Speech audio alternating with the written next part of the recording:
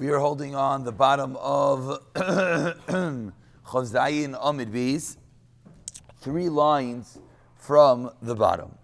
3 lines from the bottom that after we spent the first, we'll call it about 2 blot, discussing,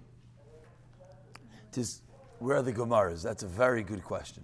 After we finished discussing the Shemira of the Kohanim in the Har Habayis all night, now says the Gemara, how do we ensure that the Kohanim are doing their job?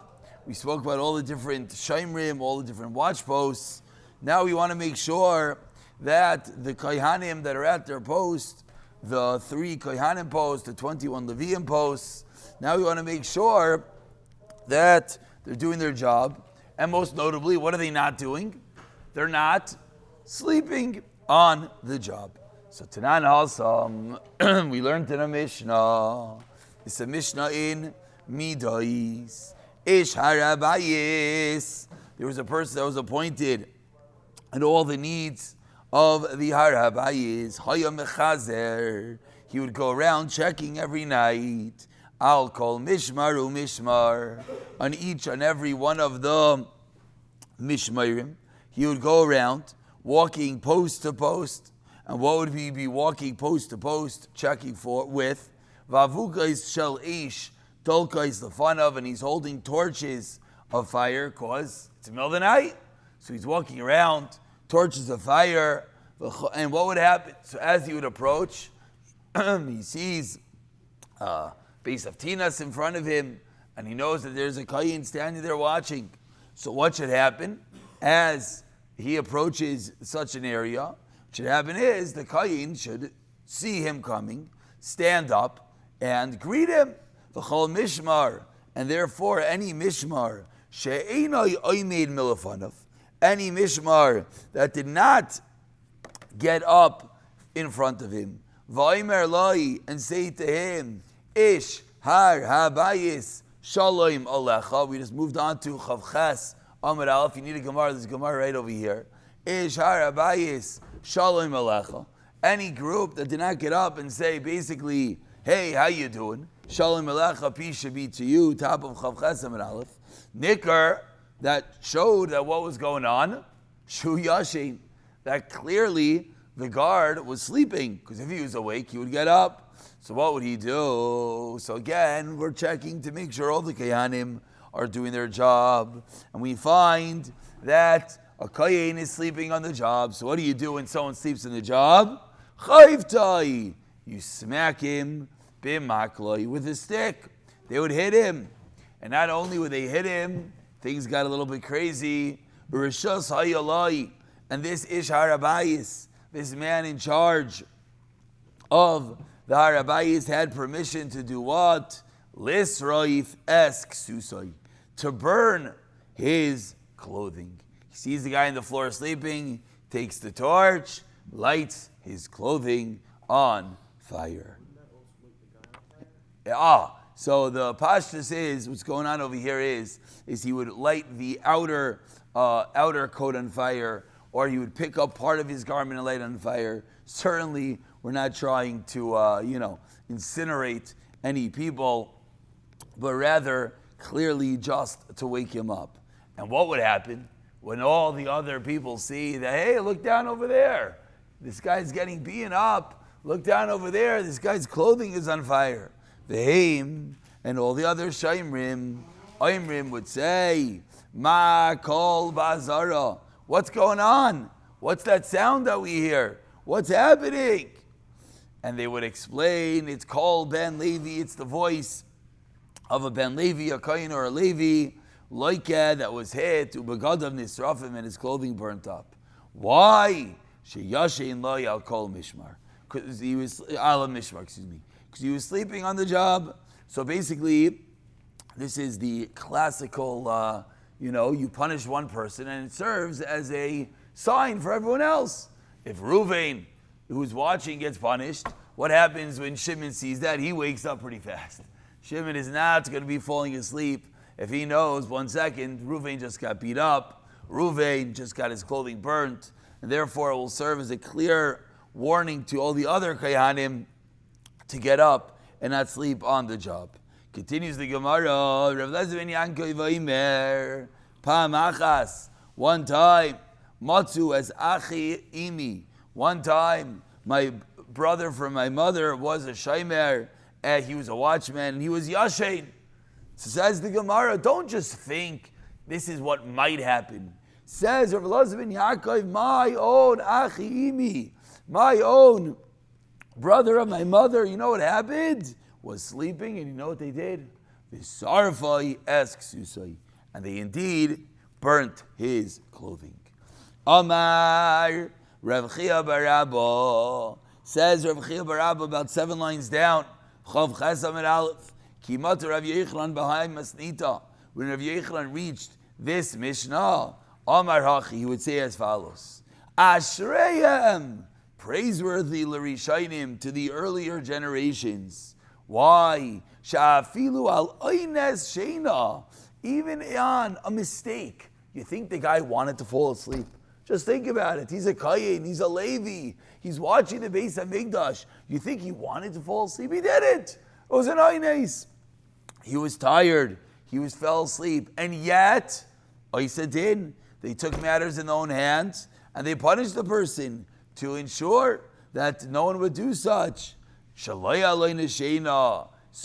if someone would do something not by mistake, but rather on purpose, how much more so would they punish him? So bemoans Rav Chia bar Abba the incredible lofty level that the earlier generations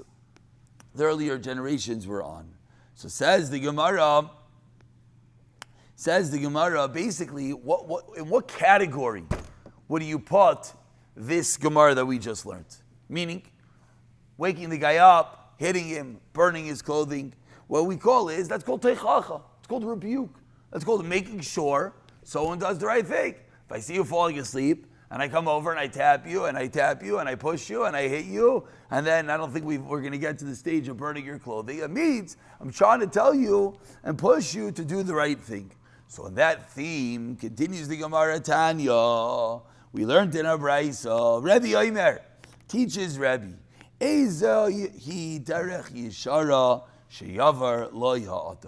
what is the correct path the man should choose? You know what the path is? Yoyav es ha-teichachos. You should love the teichacha. When this kohen had his clothing burnt, should he be upset? No, he should be happy. This guy woke me up. I was in the Beis HaMikdash and I was sleeping. He should be happy. He should love the teichacha. Why? Shekol zman sheteichachas ba'olam. As long as there's rebuke in this world, as long as there's people telling us the right thing to do, nachas ruach ba'olam. Pleasantness comes to this world. Toivo bracha ba'olam. And goodness and blessing comes to this world. And ra mistaleges min ha'olam. And bad and evil is removed from this world, which we all can understand. When there's a good Rebbe, when there's the good Rav, when there's the good teacher, when there's the person telling you what to do, pushing you what to do, what happens? Then people do the right thing. So what happens is, you have all good things. Shenemar, as the pasuk in Mishlei Shleima HaMelech, the wisest of all men, as teaches us, V'lamoichichem yinam v'aleihem tavoi birkas toiv. That what happens is, when there is teichacha, you have birkas toiv, you have the blessing of goodness, you have goodness and you have blessing, and you have all good things in this world. And some say, what's the derech yeshara, what's the straight path you should choose? A difference, not necessarily just love teichacha. Yachazik, you should hold on to, be'emuna yisera. You should have extra emuna. Now over here, emuna doesn't necessarily mean emuna on Hashem, belief in God. Here what it means is emuna as in trust. That when you're in business, that when you're dealing with people, you have to deal with the utmost trust, the utmost faith. Shenemar, as David HaMelech has taught us, Einei b'ne'emnei eretz l'sheves imadi. They have to go in the straight path. That's the right way to serve Hashem. So, either the Mishnah is teaching us to love teichacha, or it's teaching us to make sure that we deal with an incredible level of emunah, trust, and faithfulness in our business. Continues the Gemara. Amar Rav Shmuel bar Nachmani. We're about, let's call it 17 lines down. Chav Ches Amud Aleph, almost smack in the middle of the Amud. Amar Rav Shmuel bar Nachmani. Amar Rav Yonasan. Kol hamechiach es chaveroi l'shem shamayim. Very important. You hear these Gemaras, you get to beat someone up, you get to light his clothing on fire. This sounds like fun. This sounds incredible. No. L'shem shamayim. Why are you beating him up? You're beating him up because you don't want him to sleep in the Beis HaMikdash. Why are you pushing him? Because you want him to do his job. Then, Zoicha lechalkoi shel HaKadosh Baruch Hu. An incredible schos.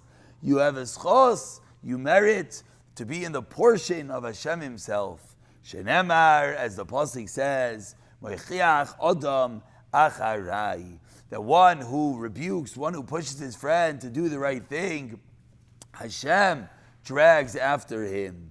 And he adds on, V'lo yoid, and not only that, not only do you get to be within the chelek of Hashem, within the confines of HaKadosh Baruch Hu, Ella, you get Shemoishchin alav chut shel chesed, that you have a thread of graciousness, of a kindness on you. What does that mean?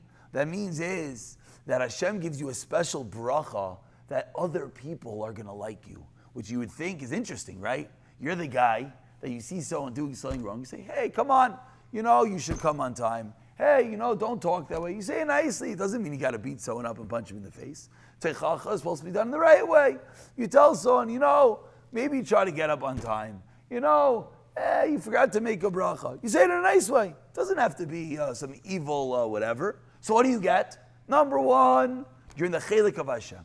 Okay, beautiful. Hashem says you're within my confines. But number two, you get a special bracha, Hashem says. Because you would think, wait, if I'm the guy telling people to do this and do that, people aren't going to like me. Says the Gemara, no. You have a schos, she'moishchen alav chut shel chesed, that HaKadosh Baruch Hu blesses you with a thread of kindness. Shenemar chen yimotzei mimachalik loshain. We are back in the middle of the Gemara. We're at the two dots, and we're going to go a drop further. And the Gemara continues by quoting the Mishnah. And the Mishnah said, Matzei Noel, if the bathroom door is closed, what do you know? Someone's inside, number one. Number two, what did the Mishnah say? That whoever wants to get the schos of doing the Terumas HaDeshen, what's the Terumas HaDeshen? The clearing the ashes, the first avodah on the Beis HaMikdash in the day. The Mishnah taught us, what should he do? Get up early, go to the mikvah before the Memaina comes. Who's the Memaina? The Memaina is the one appointed on the lottery. And then what happens, the Mishnah said, the Memaina comes, he knocks on the door, he says, who wants to be involved? And then he does the lottery. So says the Gemara, we do one last piece of Gemara. Two dots, everyone. Chav Ches Amud Aleph. We're about 10 lines from the wide lines. Ha, Gufa, Kasha.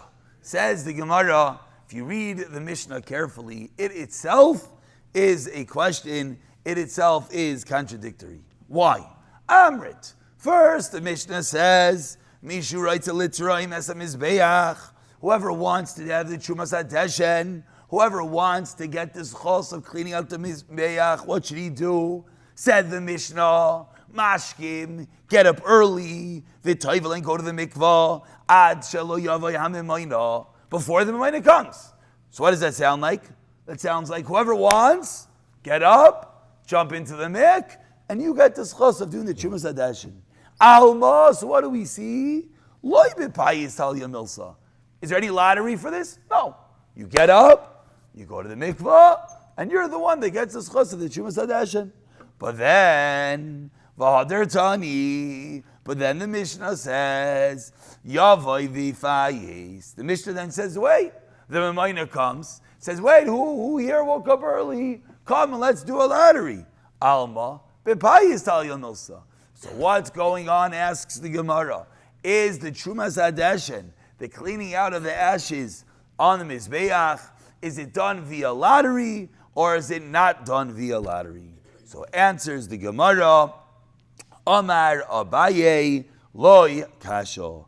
Kan koidem takanah, kan la'achar takanah. Two different stages in history. Originally, there was no lottery. Whoever wanted to do the Terumas HaDeshen, he came, mad rush up the Misbei'ach.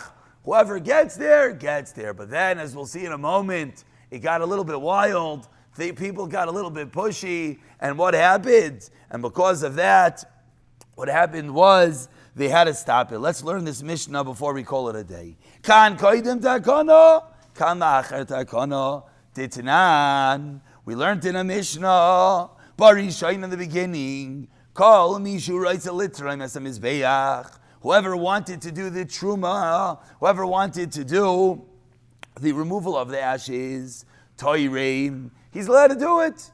Anyone who wants, just come and you do the Terumas HaDeshen.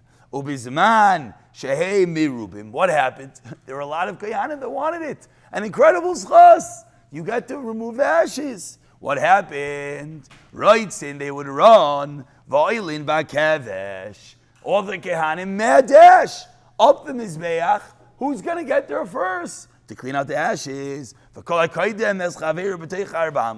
Whoever came first, zacha, he won. But what happened? What